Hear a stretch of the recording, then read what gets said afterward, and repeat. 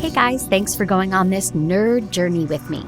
If you want your episodes ad-free, go to makemeanerd.com/join and hit that button. Hooked on you, baby, you're golden. Time moves, I never noticed. Just can't get enough. Got me wonderstruck. Hello, everybody, and welcome to Make Me a Nerd. I'm Mandy Kaplan, a mainstream mom whose mission it is to explore the world of nerd culture that I've been missing out on and afraid of my whole life. If you're new to this podcast, first of all, welcome. I promise I won't hurt you. Actually, I can't promise that. I might. Look, I don't know anything about sci-fi, fantasy, romantasy, and everyone in the world loves this stuff. So people come on this podcast to share their nerdy love for all of these things and hopefully recruit me to the dark side, bright side, whatever side the nerdy side is. And this entity, Interview with a Vampire, is not something that is brand new to me. Spoiler alert. I read the book. I saw the movie when it came out. I loved it. But I wouldn't call me nerdy about it whatsoever. And then I know there's a new series.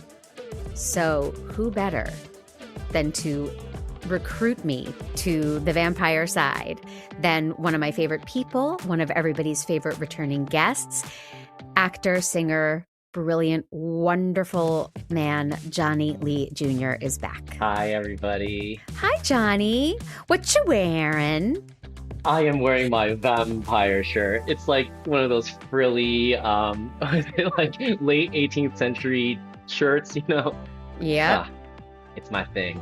It's my style. Yeah, not many people dress up for the podcast, so I appreciate your extra effort. I did it for my Prince episode. I wore like a flowy purple blouse that I had. All right. Right? Yeah, Okay, we're doing our best just to make us happy, but nobody can see it. totally. It's a little hot, but I'm okay. Hey, look, if this episode gets naked, I think it's fine for Okay. either one of us or for our listeners, like whoever I mean, wants to.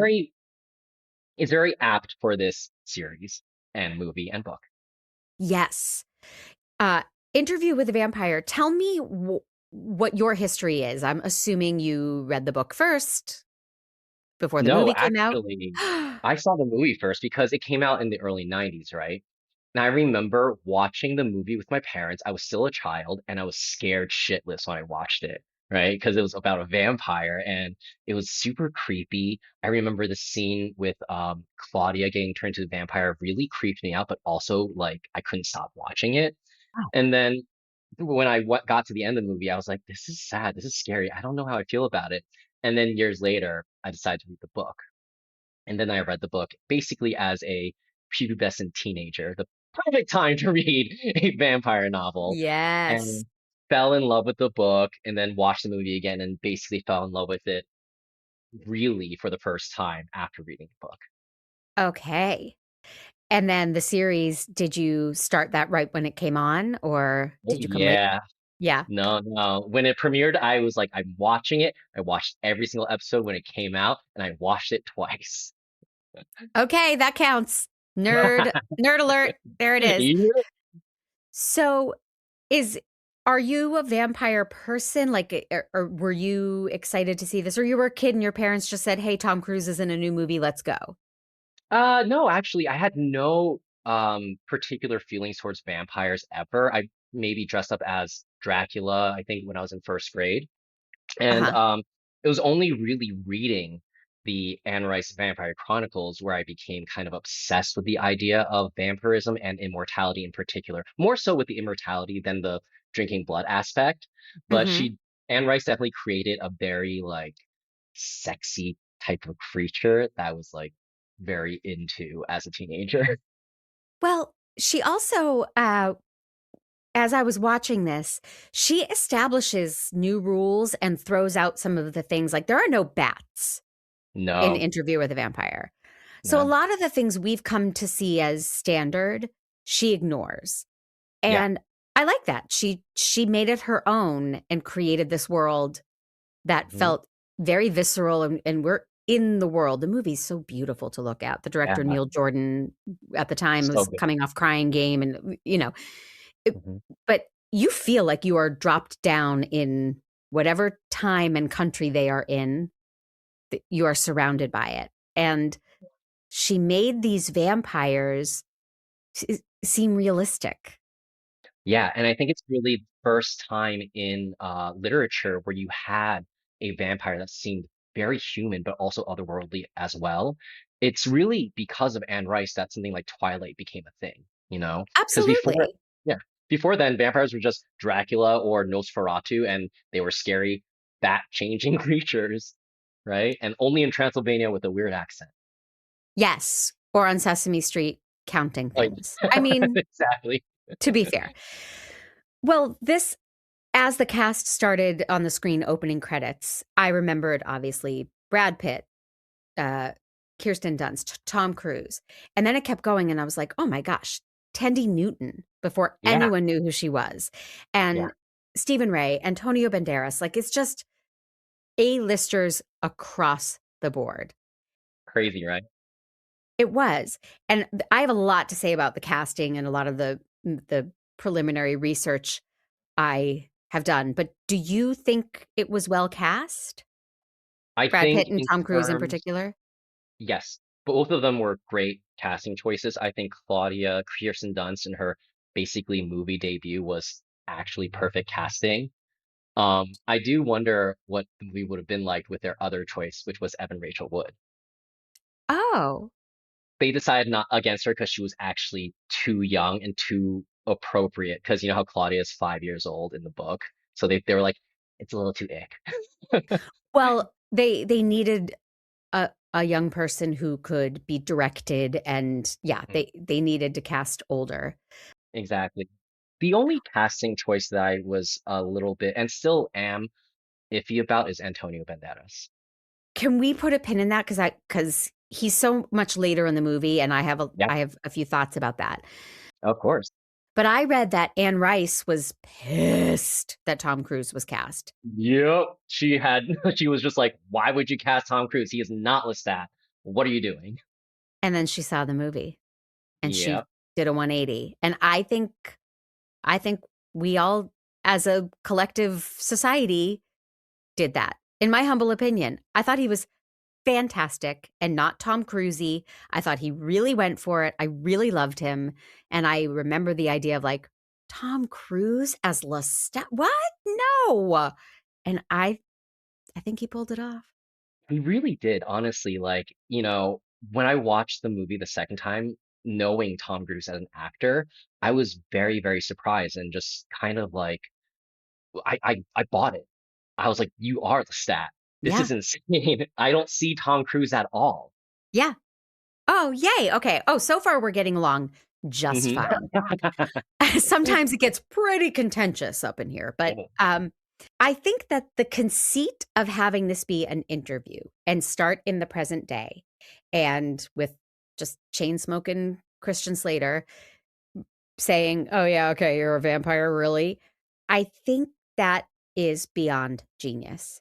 And Oh yeah. had she just set this, if the first part of the book or the movie, and I don't know the book as well. I read it 20 years ago. But if it were like 1830, New Orleans, I don't know that we would have immediately bought everything. But having it set in the present and having it being told in flashback just connects us so instantly. Yeah, I 100% agree. Because if you just started out in the 1800s or 1700s, where the movie is set, I think, it kind of makes it a very historical piece.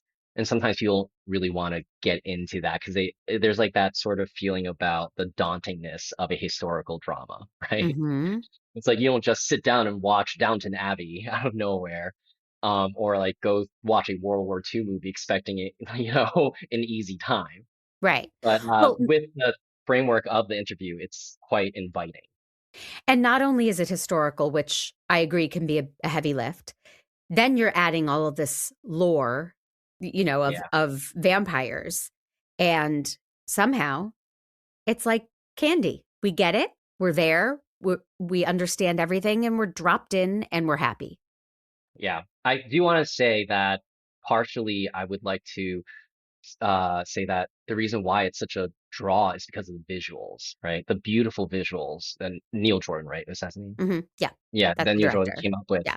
And he actually had such a great eye. I remember he made another movie years later that was also another vampire movie starring Saoirse Ronan, I think. And that was also visually beautiful as well. Like what a great eye this director has.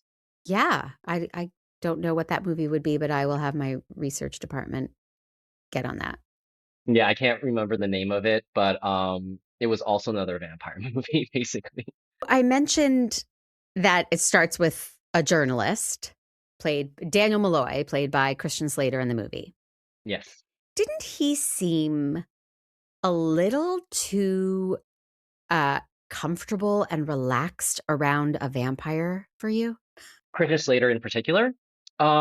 Maybe a little bit, but I feel like in the books, Daniel was either on some drugs at that point, so it could be forgiven for that reason, but I'm not 100% sure. I haven't read the book as like you in a really long Right. time. I wish we would have seen him do that, but we see him smoking. And Yeah. so Brad Pitt does a weird move and is basically in two places at once. And Christian Slater's really thrown. He's like, how did you do that? What's going on? You're serious. You're a vampire. Oh my God. And then in the next scene, he's lighting a cigarette and offering Brad Pitt one. And he's like, I mean, you can't die from cancer, right? And I was like, you adjusted that quickly to the fact that this is a vampire? And Yeah, I you're mean, and you're not scared or like he's just their buddy buddy. well, it's kind of like, if you are a journalist that's in a war or something like that, you just have to plow through and just do your job. Maybe, Dan Malloy at that moment had that mentality. Who knows? I mean, I don't know anybody in real life that's ever met a vampire, so we can't say what the actual reaction would be. I do want to say, yeah, it is kind of weird that he's like super casual about it, but how can we get into the story if he isn't? Yeah.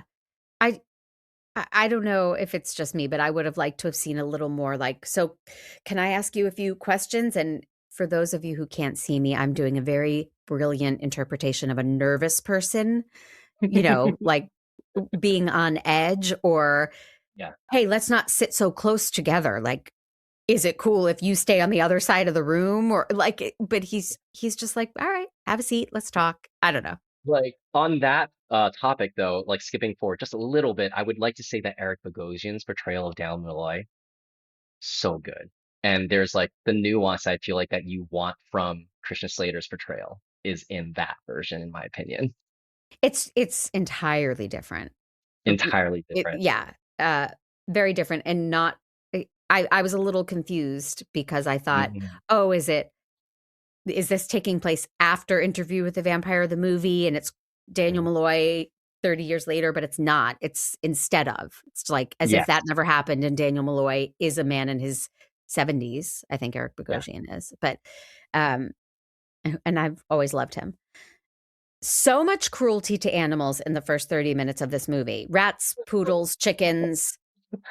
So much. My goodness. I mean, there's a lot of neck snapping and drinking the blood and throwing carcasses and tormenting these innocent animals. Where is PETA in all of this, Johnny? Right, right. I mean, who cares about the rats, but that poor little doggy.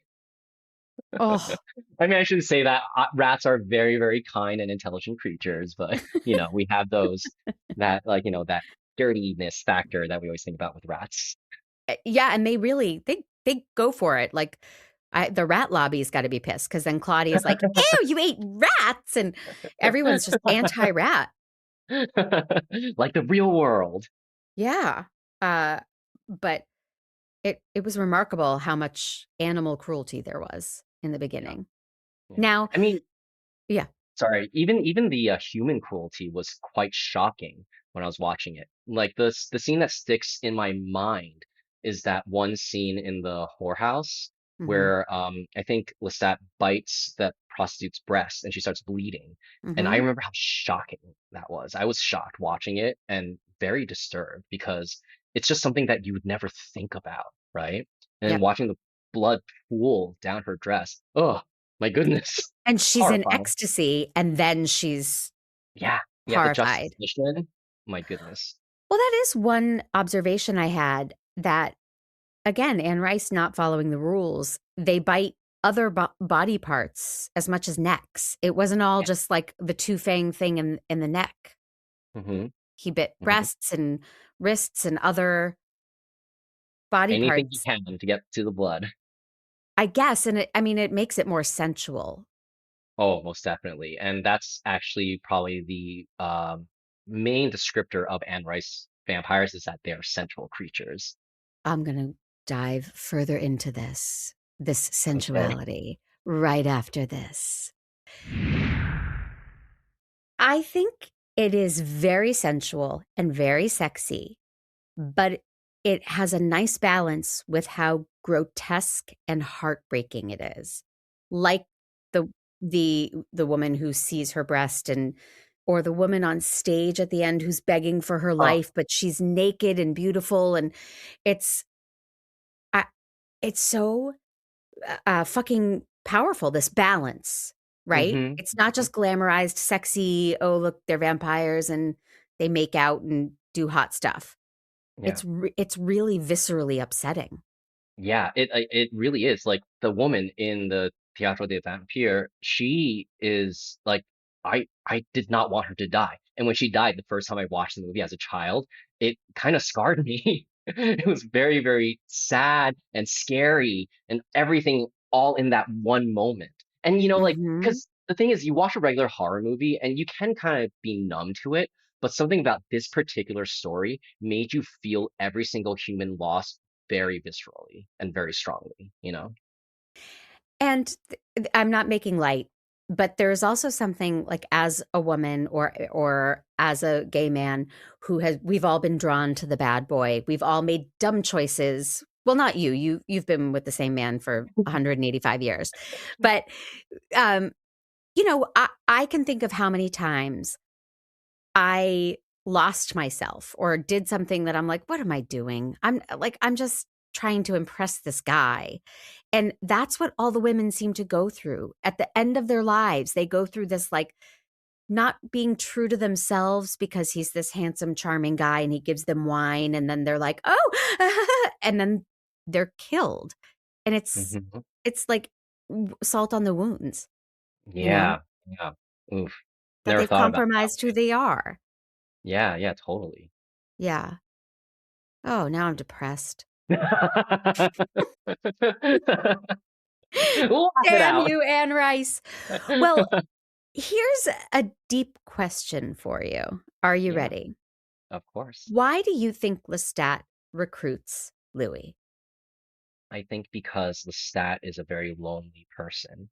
Because if you read the second novel in the series, The Vampire Lestat, you get to know him from his own perspective. Because keep in mind, Interview with the Vampire is from Louis' perspective. So everything that Lestat is from his own perspective is actually kind of opposite of what you see in Interview with the Vampire. He, in the book, says that he only kills people who have harmed or murdered other people. And you don't know that from watching Interview with the Vampire. Like in his own description, he said like that prostitute that he kills in the movie, he said that they would poison their customers and steal their money and kill them. And he had every rebuttal to everything that Louis said in his own book to paint a picture Really? that's completely different. So as a character, Lestat is looking for companionship. He's looking for that person to really be his number one, his his his person, his main love. And he found that in Louis. Do you think he is in love with Louis?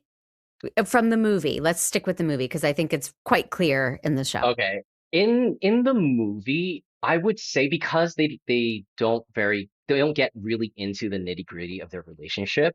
I do want to say Tom Cruise's portrayal of Lestat is more selfish than anything else. Hmm. And that is from Louis' perspective. But Hmm. there's a reason why these two characters were drawn to each other and lived such a long life together. They have Yeah, to love each other at some point. It's abusive, but there is some sort of love there. I definitely think there is. I wrote, not great for Tom Cruise, who at the time was denying being gay, Yeah. because I do think there was a sensuality between them. Um, but I also think Lestat has such an ego that he wanted a protege to build him up. And Mm, yes, I do think he's in love with Louis, but mhm. there's something about but I'll teach you, but I'll mold you, it's like, that's ego to It's me. definitely ego, and actually, what lends to that idea is that Louis is not his first vampire child. I don't even know how what's Protege. the word? Protege or whatever. He actually had another person named Nicholas back in France. That was his childhood best friend, and the reason why he chose Louis is because he reminded him of Nicholas. Oh, I don't Yeah. think I picked up on that.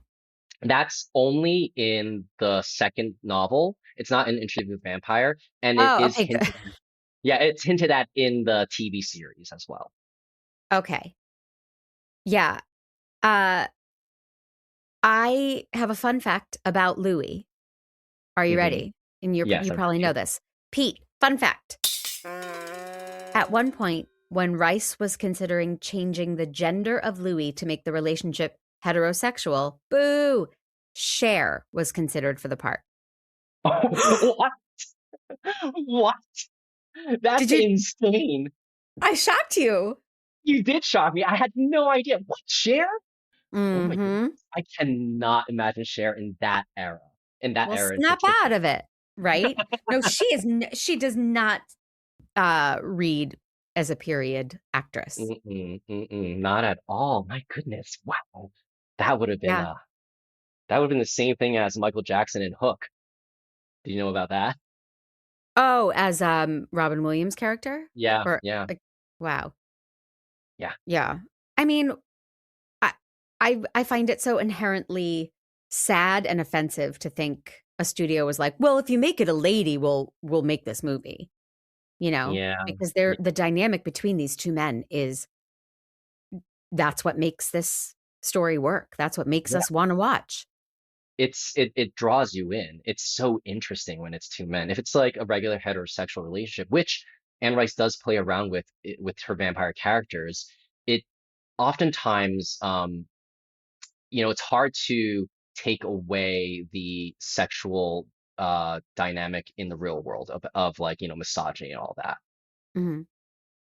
and Yeah. it's um and it's interesting. But and I feel like this is the reason why a lot of people, especially women, like male and gay romance stories, because that whole side of romance where there's a power dynamic is removed. Right. Equal footing. Yeah. Yeah. Or equal boobing, as the case may be in this one. Sure. I mean, watching the two of them, uh, how how do you feel about Brad Pitt's performance in this movie? You know, I remember initially not loving it wholeheartedly. But then as I watched it, especially the second time, I did feel that there was some good moments that he had, better than other movies of that era that he does. Mhm. And the one thing about Brad Pitt is that he visually looked great as the role, but you know, there are times where I wish there was more nuance to his performance. But as a whole, I do think he did a great job. I went back and forth. I thought Yeah. he was so wooden, which Hmm. maybe is a character choice, Yes. uh, but I also think maybe at the time a limitation of his talent at that time. Hmm. At times, he sounds like he's wearing an ill-fitting retainer in his mouth. Yeah. He does Yeah. some weird things with pronunciation and He's not attempting the an best at accent. a period piece. He's not the best. I mean, I've Yeah, never seen Legend of the Fall, so I can't judge nor have that. I. Yeah, Yeah, but in this particular thing, I'm like, yeah, I don't really believe you in this time period, but it's fine. I do think his strongest moments actually are with Claudia. You I know, the agree. yeah. I agree. He does seem very paternal. It feels Hmm. natural. And I read, I'm like, I don't even want to get to Claudia yet because I love her so much. It's painful. Hmm. But Yeah. she was just saying that he was like a brother to her all the Hmm. time on set and just looking out for her. And Tom Cruise as well. Yeah. Um, and I actually think that Louis feels very much like a Tom Cruise role, and I could have seen him cast as Louis. I would agree with that. Honestly, do because up to that point, I think Tom Cruise really was Top Gun and some other like actiony type movies. He's very, very just like every man, and that's what Louis is. He's every man.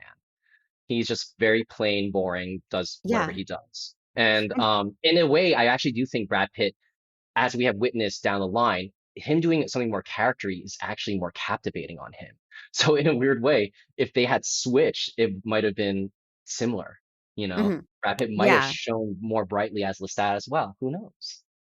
Yeah, I mean, I think up until this point, and I haven't done the research, but I believe Tom Cruise had only played the lead role, the guy with vulnerability. You said everyman. It's hard to Mhm. buy Tom Cruise as an everyman, but you know, he does that very, very well. He is a Yeah. true leading man. So to see Yeah. him go so far into the character villain Hmm.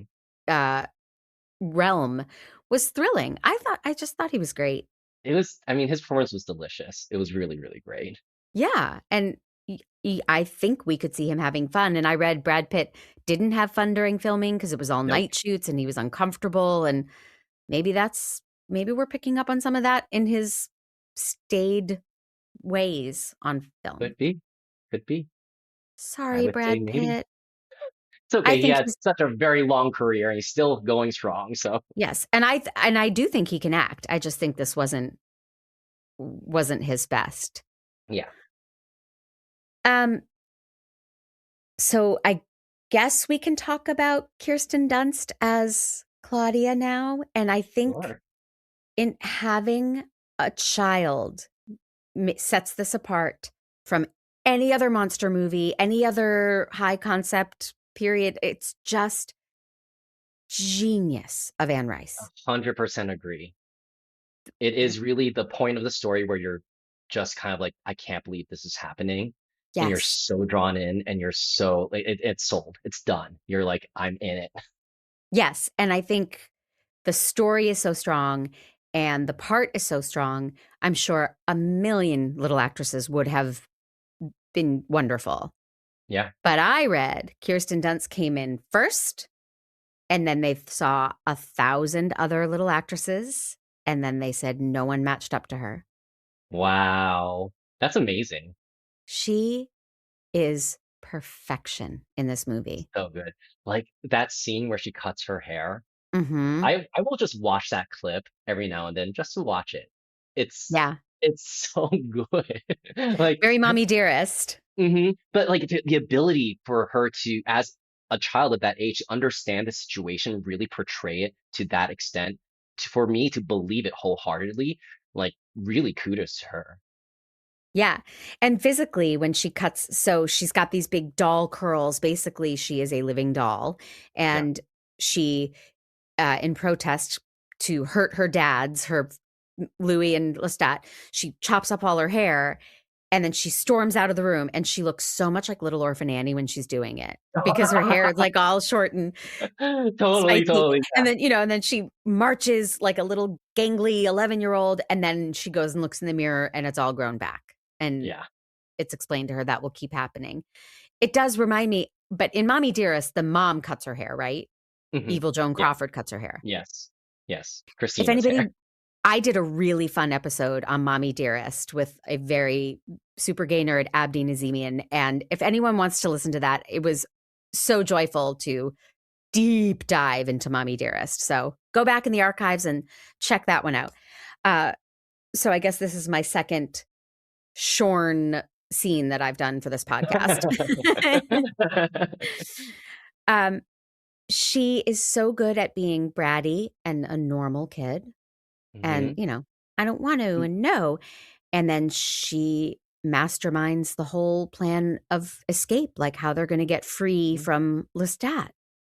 And although seeing her transition from a child to an adult in a child's body was done really well because it's very small, but all of a sudden she starts talking in a very adult way. And Mm-hmm. the juxtaposition feels so unsettling. Like I always think about that. It's the same scene where she starts removing the dolls and slowly reveals that body in the bed. And then you're just Hmm. kind of like, wow, this character is fucked up. Yeah, and she tells them that she's stuck in eternal childhood. And And like, it's imagine that. Imagine how awful that is. heartbreaking. She feels like a Heartbreaking. woman when she's watching the is it that the woman you're talking about, the corpse, isn't Yeah, that in the the naked window. woman that she says I want to they're be like, "Do you want to eat her or drain her blood?" And she's like, "No, I want to be her." And yeah, she, she's an adult. yeah. But in Oh, like child's body, it's so awful. God, I to have that kind of genius that Anne Rice has for a minute of my life Yeah. And to you know think of why she this. wrote the story, right? No. Ooh, So tell me, wait. Tell me after this. Why did Anne Rice write this story? so Anne Rice actually wrote this story because her 5-year-old daughter died from cancer. So to deal with her grief, she wrote this story because she thought, what if there was a child that could live forever? What would that be like? And that's And how then at Claudia the came about. end, right, and the mom that Claudia tries to say, I want this to be my mom forever, and the mom Madeline, I shows a think. picture in her locket of Yes, her of her daughter who daughter. died. Oh Yeah. my God, you just broke my heart. Yeah. It's incredibly sad when you know the origin of it and how Yeah. it was just a experiment for her to work through her grief. And so, Wow. and then to also write in the story that Claudia dies, imagine how hard that was. That like it's because she experienced it with someone she actually birthed, and this character is someone that she birthed as well. And to go Yeah. through that again in her own writing, you know, maybe to her it was a healing moment, but to me, like I imagine it and I'm like, I can't even get through that, you know? It's like ripping open those wounds Right? for your art. I didn't know that. It makes complete sense. Mm-hmm. And it thrills me to think that Claudia was the seed for this rather than what if a handsome, charming vampire recruited a protege. That feels like how the story would have come to her. Yeah. Or Yeah. what if somebody interviewed a vampire? But no, to know it came from what if a child was stuck in eternal childhood Yeah. or could never And die? Lestat is actually based on her husband, Stan. She originally wanted to Whoa. name Lestan or something like that, but and then something happened where she named him Lestat, which isn't a real name, but his entire personality, who he is based off of Stan Rice. Are they still together? Or They're both passed now. oh, Anne Rice has passed? Yeah, she Oh, died I didn't know that. maybe I think a year before the TV series came out. Oh no. But, Yeah, but wait, is Lestat a fuck you to her husband or a love letter to him a or love something? letter. Oh, okay. Because, Yeah, a love letter. Lestat's pretty effed up. In Interview with the Vampire, yes, but if you continue and read the Vampire Lestat into Queen of the Damned into all the other books, Lestat becomes a amazing character. So I'm Oh, actually okay. quite excited for this new series that's coming out soon. Yeah, the Vampire Lestat Yeah, is a series. Yeah. yeah. Um, there is a moment that I think perfectly, if you had to pick a frame of a movie and say this elicits all of the emotions you're supposed to have about this movie. It's after Claudia thinks she has killed Lestat and he is bleeding out Hmm. and the blood is pooling on the floor Yeah. and and her little pointy pink slipper, her satin heels, and you see the little pointy shoes and the blood is just about to hit them and she's like, "Louis!" And he picks her up and picks her up Hmm. so she doesn't get his blood on her pretty little shoes. Hmm. That image to me is cinematic perfection. I agree. I can picture it now. There's so Yeah. many moments in this movie that I can just picture immediately. Yeah. It's just visually so like stunning, and just the action too, because like she's a vampire, right? She doesn't care about blood. She wants to drink it, but this is someone that's her father. This is Right. his blood. This is something But that then gave her also she life. cares about her pretty little shoes And and then she cares in a about her shoes. childlike way, you Yeah, know? yeah. Because at this point, she's, I think about mentally 30 years old, Mm. right? Which is still like really when we as humans really come into our adulthood, in my opinion. I feel like Hmm. 20-year-olds are still kind of messes, and it's really 30-year-olds where they finally realize what they want. But Hmm. we're still dealing with the childhood aspects of our lives still at that age, I think. Yeah. Yeah. So this is where Lestat is dead. We'll put that in Hmm. quotes. And this is where the film runs out of gas for me a bit. And I Oh, okay. think you called it with Antonio Banderas.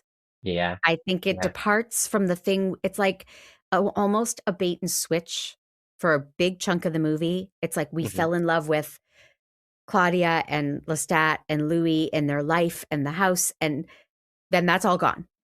And it's Hmm. like Lestat is the most charismatic character. He's gone. Yep. And now we're in France, Yeah. Paris. Paris. And I, I like at the end of watching this movie, I was like, what a great movie. I love this movie. If I could take out 20 minutes, I would love it even more. Mm. I want to say that's the fault of the medium because Anne Rice had to cut out a lot of the storyline in Paris because in actuality, Lestat's supposed to be in Paris. He's supposed to come back and he's the Ah. one that orchestrates Claudia's trial, Oh, like behind okay. the scenes. They don't know he's there, but he's the one Right. that, because Oh, in that makes actuality, sense. Lestat is the one that created the theater of the vampires years and years ago. Oh, So that makes sense. But every that's not in the movie, right? That's not in the right. movie, not in Okay. the movie. And the character of Antonio Banderas, which is oh my God, Armand. I was thinking of his other Mm, name, Amadeo. Armand is so different from the way Anne Rice described him in the book. So in the hmm. book, Armand is actually supposed to be a 16-year-old boy with curly red hair who looks like a cherub. Are So you kidding? no, that's who he's supposed to be. That's And bizarre. bizarre, right? But it's also kind of interesting too because you have this being who looks angelic but who's very, very evil, you know? Hmm. And that's because of his trauma from the way he became a vampire. He has his own book too, and his entire story is insane. Oh, But wow. yeah.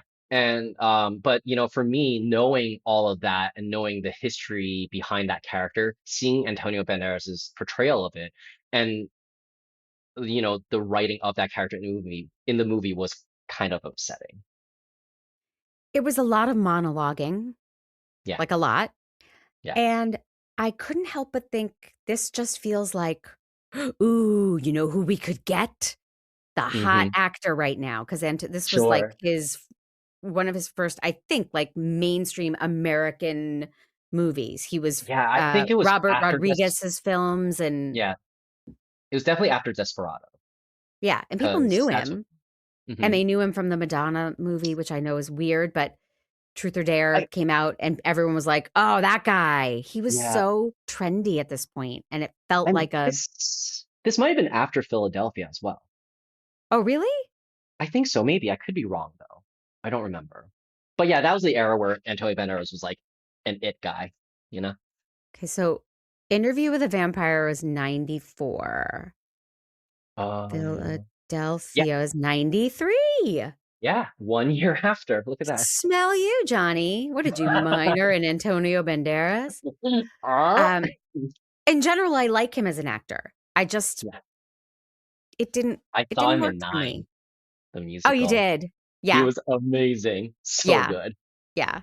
I like his I mean, I didn't oh, wait, he was in the movie, which I did No, no, see. no. That was Daniel Lewis.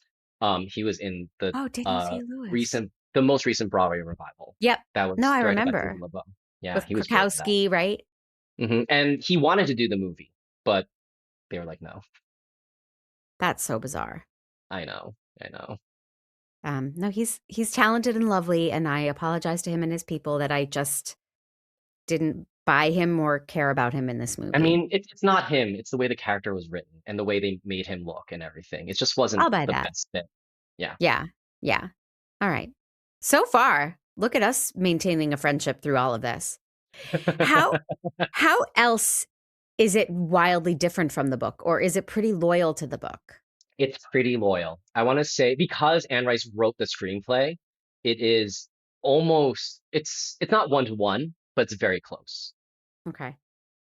And there's nothing that you're like, oh, why did they do that? Or, ooh, I love the way they Mm, changed that. no, the only thing that I thought was actually a benefit to the story was the idea of drinking dead blood. So in the books, you there is no detriment to drinking blood from a dead person. But remember, in the scene where she tricks Lestat, Claudia feeds him dead boys, Hmm. and then he's like, you made me drink from these dead bodies," and that to the viewer, you're like, oh, that's a detriment to vampires, which I thought was a very interesting take, which is not in the books. How does she kill Lestat in the book? Same way, but there isn't a negative side effect of drinking dead blood. So how does he die? Like, It's the laudanum. It's the laudanum inside the blood that makes him woozy. oh, okay. Yeah. Oh God, her little like, I got them drunk on brandy wine. And Yeah. she's like, it's so layered. Here's this actual child playing a 30-year-old, playing a child, Hmm. oh, Hmm. God damn. Okay. This brings up a very, very important question that I have for you.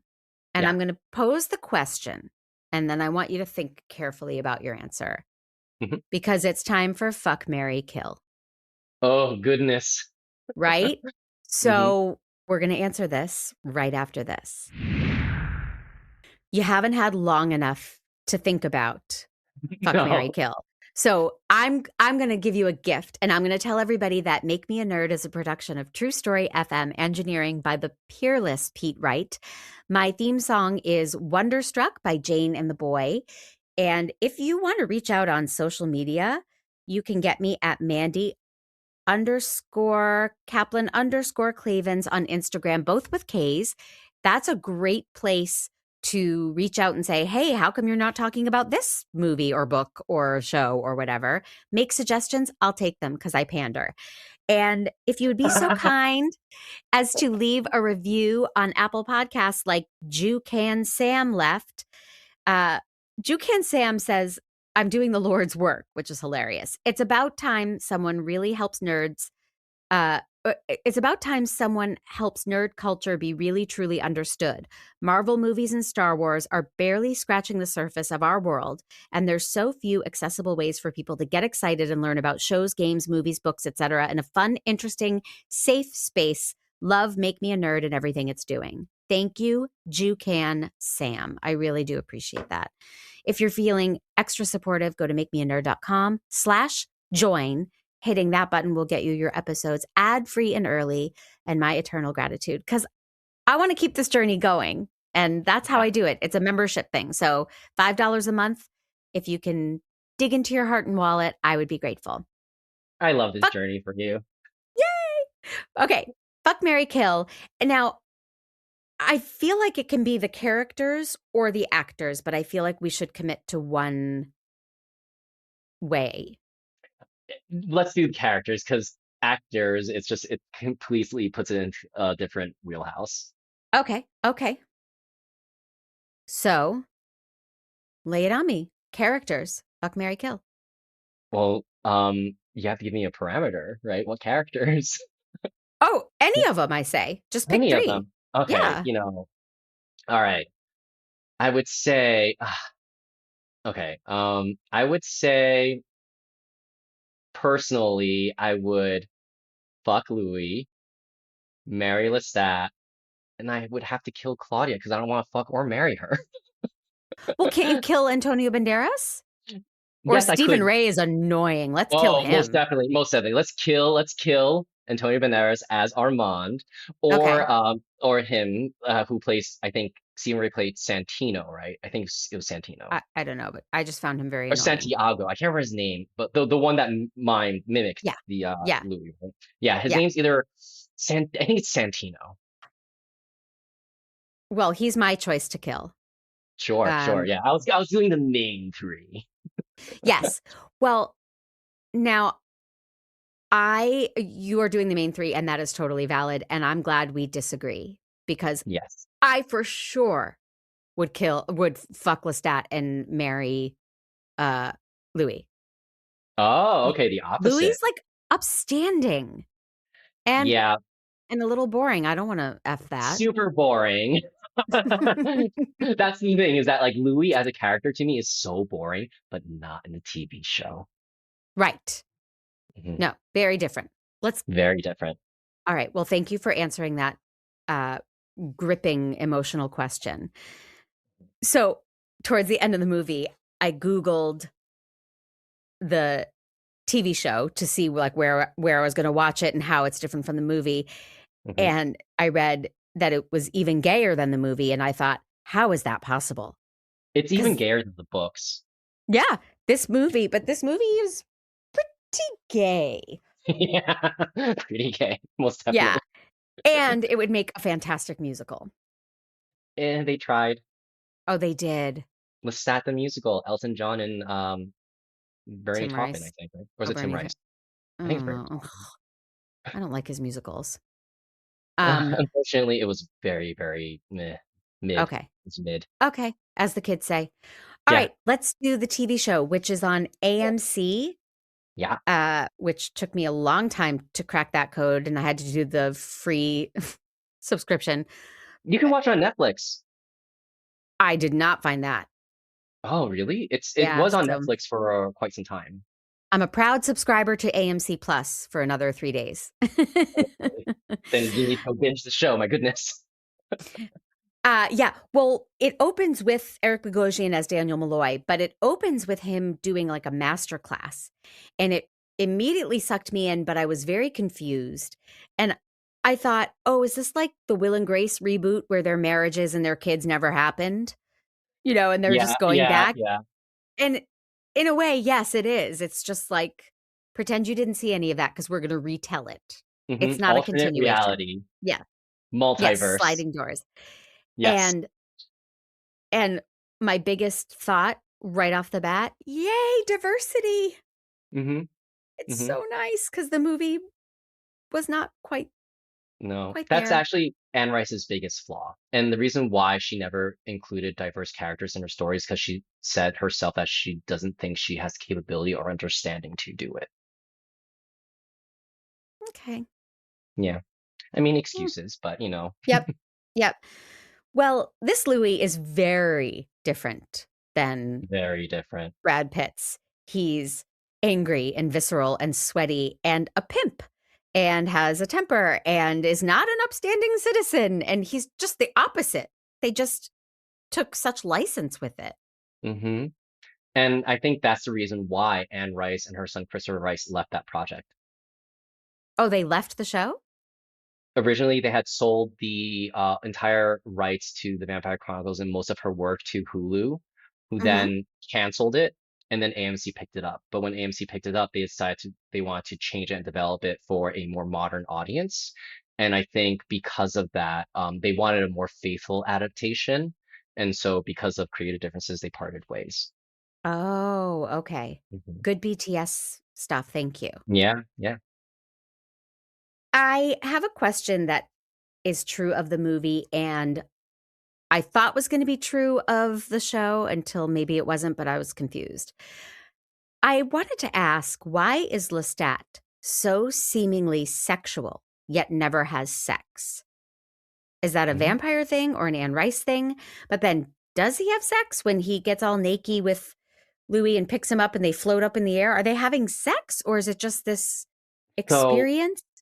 in the books, the Anne Rice describes blood drinking to a vampire to be better than sex. So a vampire's sex is drinking blood. Okay. They will enact the motions of sex like insertion, but it's not for pleasure. It's for just the feeling of it. The pleasure comes from the tasting of the blood and feeling just all of that.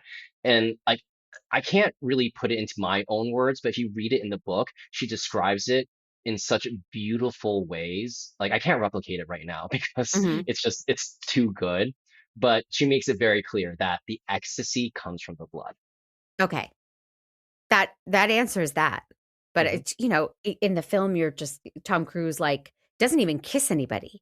He No. teases them and he, flirts and it gets all bumpy and grindy, but there's no actual sexual action, No. um, which maybe is intentional because it makes you want to go, just do her already, or, or do him. Yeah. The show is very, very different. And There. I didn't have that same sense that I raved about the movie or the book where it drops you in and you just feel immediately like you're with everybody. Hmm. This feels like it has a lot more splaining to do, and they're giving us a lot more like, hey, follow this. These are the relationships. This is how it is. This is the racism. This is this. This is this. And it was not as seamless for me. Hmm. I want to say it's because it's a completely different world, right? There, Mhm. it's a different era, number one. It's the early 1900s instead of what was it? Late 1700s, I think, right? Or was it late or some mid 1800s in the original? I can't remember. But they did fast forward the timeline to allow for a Black Louis. Mhm. Um, the I do want to say the pilot, to me, I love the pilot, but I view it as a completely separate story, and that's probably what's necessary to watch the show. Okay. You can't carry over any inklings or notions from the previous version, movie or book. In a weird way, the plot points in the pilot episode do follow the book more closely, like Oh, the okay. story with Louis's brother, Mhm. and his Yeah, schizophrenia. what was up with that? Why did Louis' brother walk off the roof and kill himself? Because he had mental issues. He was Oh, schizophrenic, heard voices, thought they were voices from God. And what's interesting is that in the movie, the catalyst for Louis' grief is the death of his wife, correct. but it's actually the death of his brother. Oh, okay. All right. Yeah. Interesting. This was missing some of the levity that I loved in the movie. The Cruise's Lestat can be funny and sarcastic and light, and Hmm. this Lestat is heavy, heavy, heavy. Sam Reed. Yeah. I mean, you have to watch more of it because Okay. I actually do think Sam Reed is the perfect Lestat. Okay. No, it's Yeah, not that I didn't and the like him. It's just a very different Mhm. take. It's different, but being a person that has read every single Vampire Chronicles book, I want to say Sam Reed is the epitome of Lestat. He is the most perfect casting I've ever seen. And like I didn't expect that. I I didn't expect that at Yeah, all. and I love how much it's lighting you up. That's really cool. Hmm. But also Jacob Anderson, like that monologue he has at the end with to the priest, Mhm. I was floored because I only knew him from Game of Thrones, you know, and he was Grey Worm in Game of Thrones. Did you watch Game of Thrones? Okay, never I mind did then. an But episode, one of my very first you did an episodes episode. That's with right. Jer, my husband, and I watched what we said we would watch, but I didn't watch more than that. Yeah, Yeah. that show is that's a daunting task. But he was basically kind of mute in that show. But then seeing him in this show and having the breadth of emotions and believability and being a human was really astounding to me. Like I do think that Jacob Anderson and Sam Reed are amazing actors that need more recognition for their work. Oh, I thought they were both great. And I only watched Yeah, the pilot, but I was yeah. duly impressed. All the acting was Hmm. great. It looks beautiful. It feels more like a heightened nighttime soap, and I mean that in a good way. I don't mean that as a negative. Yes. But because it doesn't have the Yeah. levity and the different It time doesn't have the period. artistry. Yeah. Yeah, it doesn't have like the beautiful artistry of the movie. Like the lens that it was viewed at, everything kind of could be like a painting in a way, in the movie. Like like a picture sticks in my mind of Kirsten Dunst and the actress that plays Madeline wearing the dresses in Mhm. Paris Mhm. and the doors opening. That could be a painting. Yes. We don't have that cinematography in the show itself. Although it's a And gorgeous I think that's show. it's a gorgeous show, but there's something different. There's no visual balance because it's TV. Mhm. It's made for TV. It's a longer format. They're not focused on the visual beauty of it, Mhm. right? They're focused on the character development, which they do to such a great extent. I cannot say how much I love this show. Oh, that's great. I actually will watch more of this. I'm very Yeah. curious. And pilots are so tough. Sometimes they just nail it, and Hmm. sometimes people, like you have just said, like it's not really indicative of what the whole story Yeah. feels like. And the one thing about the TV series that the movie does not play with because they didn't have the time to is faulty narration and faulty Mm. perspectives. because throughout the show, you go between Louis and Claudia's perspectives, Ah. and you see how sometimes characters are a little different, just like a little bit different in everybody's take on what's happening. So when you get into if you get into the middle of season one Mm-hmm. of Interview with the Vampire, you'll see there's a very, very shocking episode where you're like, this is awful. This is awful, legitimately awful. But then you have to think, is this actually what happened? Because this is told from the point of view of what's supposed to be like a 16-year-old girl, Mm-hmm. you know? I Because they age Claudia up. Yeah, we didn't get to see Claudia, so now I have to watch because that's my Yeah, favorite part. you have to. And She's so different in the series. She's so different. and there's something interesting about race being a factor because it Yeah, introduces the other and how people treat the other, and so it's totally. I don't know if that's an allegory or a metaphor or whatever, but I think it probably really adds a fantastic layer of complexity. Oh yeah, it really does, especially in the dynamic that Louis has with the people in New Orleans and how he has to work around the racism and try to make a life for himself, you know? It's fascinating. It really they did wonderful research and interpolating all of that into the story. Well, you've convinced me. I gotta go. I gotta go watch episode 2. You have 3 days. Yeah, exactly. Jonny, thank you so, so much for coming back. If anybody wants to hear Johnny's other episodes, we just did Sailor Moon, which was so much fun.